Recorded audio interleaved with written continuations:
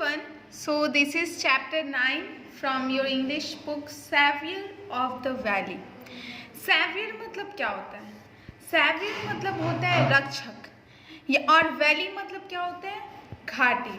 ठीक है, तो कह रहे हैं कि एक ऐसी घाटी, ठीक है, जो कि अपनी नेचर्स ब्यूटी के लिए जानी जाती थी, उसको बचाने वाले उनके रक्षक, जो कि यहाँ पे सैवियर रक्षक की क्यों बात की गई और घाटी को किस तरह से बचाया उन्होंने, उनकी मतलब घाटी को क्या हुआ था, वहाँ क्या हुआ था कि उनको बचाने की बात यहाँ कही गई है.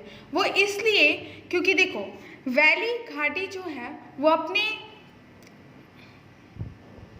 तो ये जो वैली थी उसको जो भी टूरिस्ट आते थे उन्होंने पॉल्यूट कर दिया था, बहुत सारे गार्बेजेस यहाँ पे थ्रो करके. ठीक है, और उन गार्बेजेस को एक फॉरेस्ट ऑफिसर थी जिन्होंने साफ़ किया, पूरी तरह से क्लीन किया और वहाँ के सारे गार्बेज को इकट्ठा करके उसको वहाँ से पूरी साफ़ सफाई करके उस घाटी को, उस वैली को पॉल्यूशन से बचाया और फिर से उसकी नेचुरल ब्यूटी जो है प्रोवाइड की. तो इसलिए ये उन्हीं के लिए कहा गया है कि वो उस घाटी की क्या है, रक्षक हैं, वैली को बचाने वाली. तो चलिए पढ़ते हैं इस चैप्टर को और स्टार्ट करते हैं. About the lesson. Our environment is in great danger because of the waste we throw around us. Read the lesson about how the efforts of even one person can make a difference to the world. कह रहे हैं कि हमारा environment, हमारा वातावरण जो है ये बहुत बड़े खतरे में. क्यों? क्योंकि हम लोग जो भी वेस्ट होता है वो अपने आसपास अपने चारों तरफ फेंकते रहते हैं और इसकी वजह से हमारा environment polluted हो रहा है. ठीक है, तो इस चैप्टर में हम लोग यही पढ़ेंगे कि किस तरह से किसी एक इंसान की भी प्रयास इस दुनिया को बदलने के लिए इस दुनिया को बदलने के लिए काफ़ी होती है. तो चलिए स्टार्ट करते हैं इस चैप्टर को. Manvi, Gaurav, Rashlin and Rahul are touring the valley of flowers in the Himalayas. कह रहे हैं कि हिमालय के पहाड़ों के बीच में एक घाटी है जिनको वैली ऑफ फ्लावर्स के नाम से जाना जाता है. वहाँ घूमने गए हुए हैं मानवी, गौरव, रशलिन और Rahul. There only 4 of the many tourist who visit the valley. कह रहे हैं कि बहुत सारे टूरिस्ट जो उस घाटी में जाते हैं घूमने, वो उनमें से 4 हैं सिर्फ. They are amazed at the beauty of the surroundings. और वो उस घाटी की खूबसूरती को देख के बहुत ही ज़्यादा अमेज्ड हुए, सरप्राइज हुए, आश्चर्यचकित हुए. Mukul, their local guide, explains to them the secret of its beauty. Mukul जो कि उनका मार्गदर्शक है, जो वहाँ पे जो भी टूरिस्ट आते हैं उनको घुमाने का, रास्ता दिखाने का काम करते हैं. तो उन्होंने इस वैली के खूबसूरती के बारे में, उसका राज जो था वो उनको बता रहा है. तो यहाँ पे मुकुल क्या कहते हैं. Mukul, what you see now isn't the way it was a few years ago.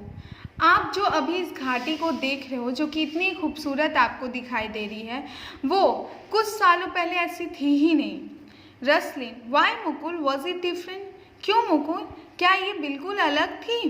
Mukul, it was dirty and stinking because lakhs of mindless tourists would leave garbage behind. Recently, this valley and the neighboring Nanda Devi National Park have been cleaned because of the efforts of the Forest Reserve Officer.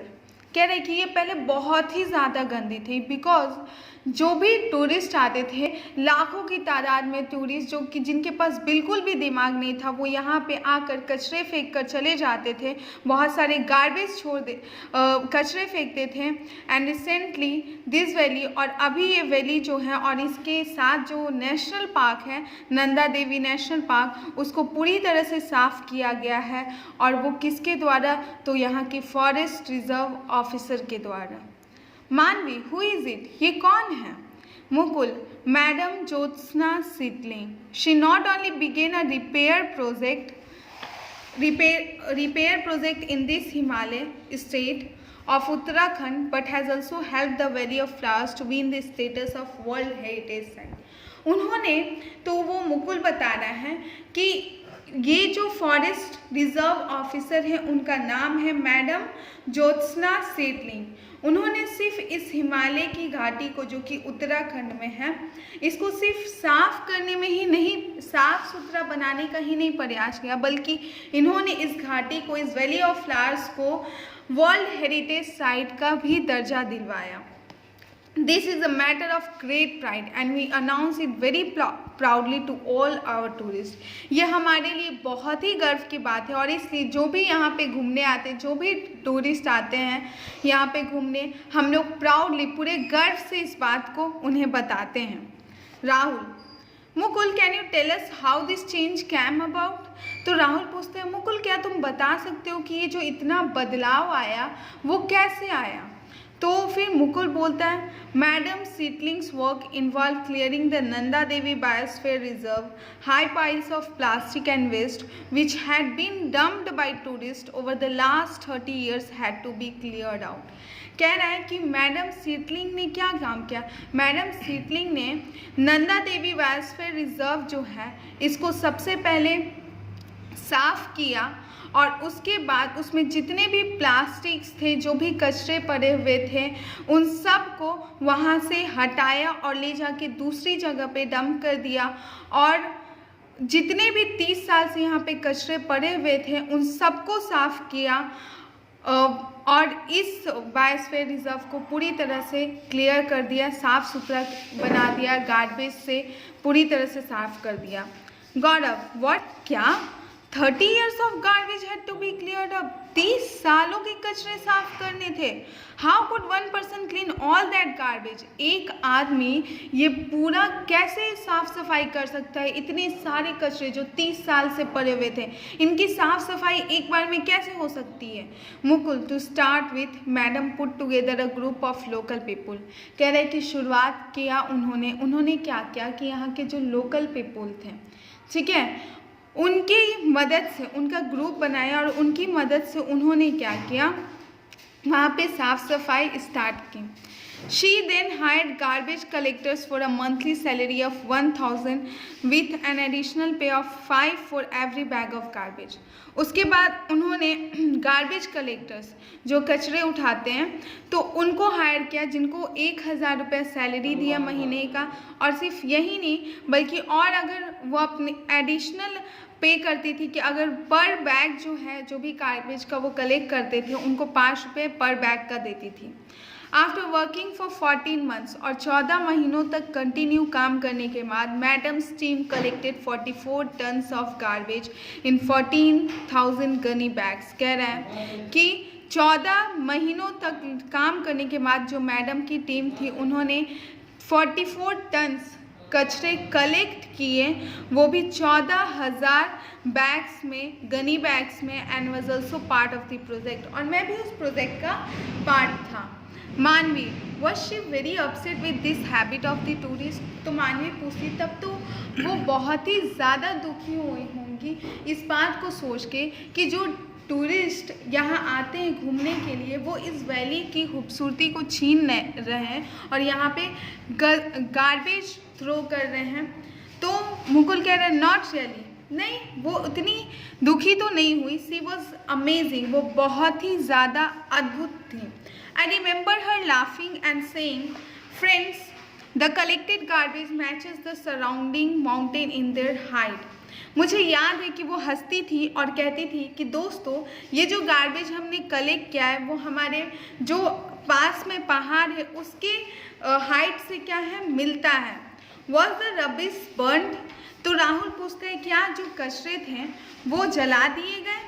तो मुकुल बताते हैं कि not at all, नहीं, that's bad for our environment. चूँकि ये हमारे environment के लिए, हमारे वातावरण के लिए बहुत बिल्कुल भी सही नहीं था, इसलिए हम लोगों ने जलाया नहीं। द गार्बेज वॉजंट बर्न्ट और ब्यूरिड, यानी कि ना ही उसको जलाया और ना ही उसको ज़मीन के अंदर गाड़ा। Instead it was sent to Delhi for recycling, बल्कि उसके बदले उसको दिल्ली भेज दिया गया ताकि उसको रिसाइकल किया जा सके। Apart from this, madam Sitling gave importance to medicinal plants, rare herbs and traditional crops in our area.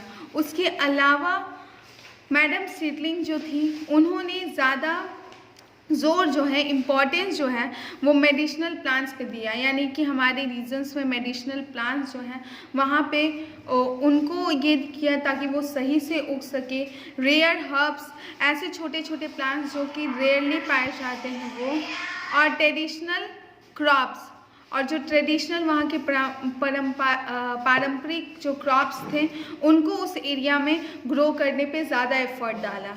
This improve the economy of the hills and help to prevent poaching and illegal uprooting of herbs from forest। कह रहा है इससे क्या होगा, तो ये इसलिए उन्होंने किया ताकि ये उस पहाड़ी इलाके की इकोनॉमी को और भी ज़्यादा इम्प्रूव करेगा और वो रोकेगा लोगों को पोचिंग मतलब होता है इलीगल हंटिंग, यानी कि वहाँ पे जो एनिमल्स होते हैं उनका शिकार करना, तो उसको भी रोकेगा। और साथ साथ जो गैर कानूनी रूप से जो वहाँ के लोग जो हैं, जो हर्ब्स होते हैं उनको फॉरेस्ट से पूरे काट देते हैं, उखाड़ लेते हैं, तो उस चीज़ को भी रोकेगा। Groups of local people were also encourage to preserve their culture and appreciate their environment.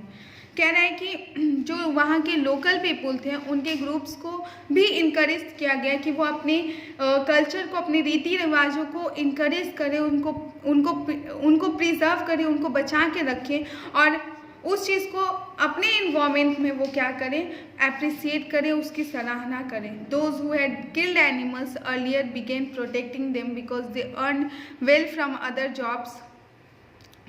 Jobs madam created for them. वो लोग जो पहले जानवरों को मारते थे अब वो जो है उन्हीं जानवरों को बचा रहे थे। क्यों?